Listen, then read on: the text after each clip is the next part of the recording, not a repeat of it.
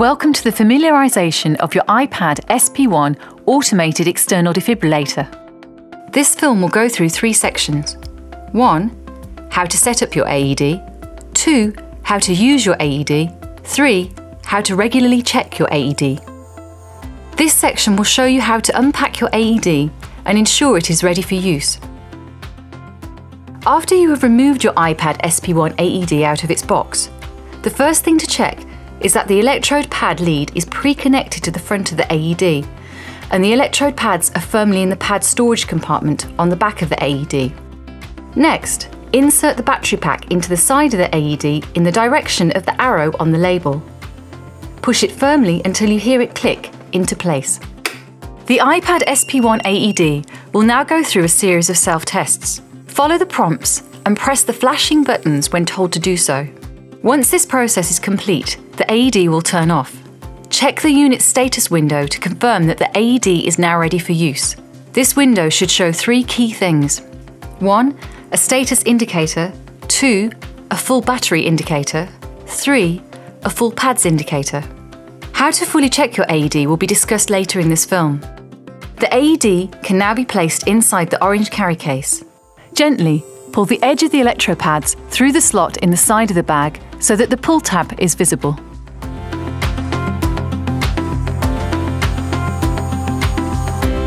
To use the AED, first press the green on button. A green light next to the pads connector will illuminate to show if the electro pads are properly connected. If that light is flashing, please check that the pads are correctly connected to the unit. If the light is constantly lit, the pad connection is good.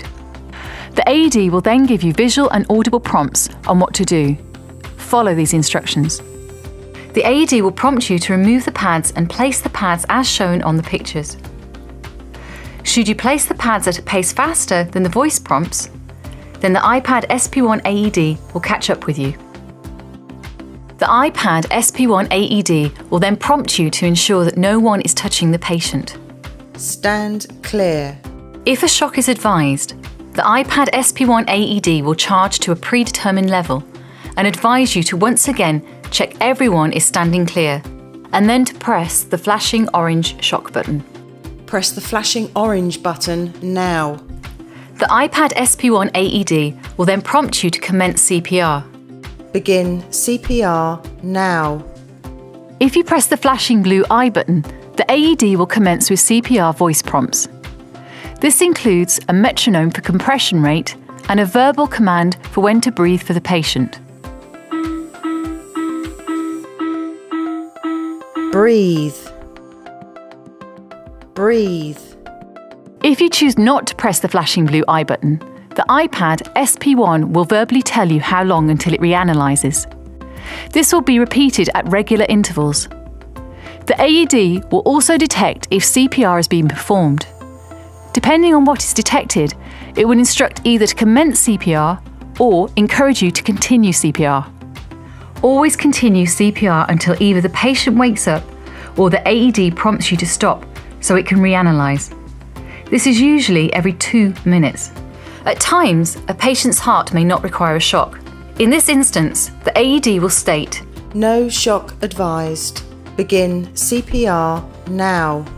In these circumstances, it is impossible to accidentally administer a shock.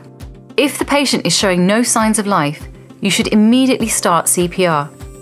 Once again, the AED will say for help with CPR, press the flashing blue I button.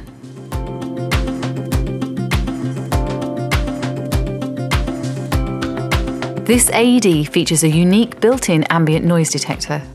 This will automatically adjust the volume of the AED depending on the surrounding noise to a maximum of 90 decibels. This is particularly useful in noisy environments. Whilst the majority of cardiac arrests are on casualties who are of adult age, and the incidence of cardiac arrest in children are rare, they are on the increase. The iPad SP1 AED has a feature that allows it to be used on children should the need arise. There is no need to change the pads. Simply lift the cover and slide the switch on the front of the AED to select child mode.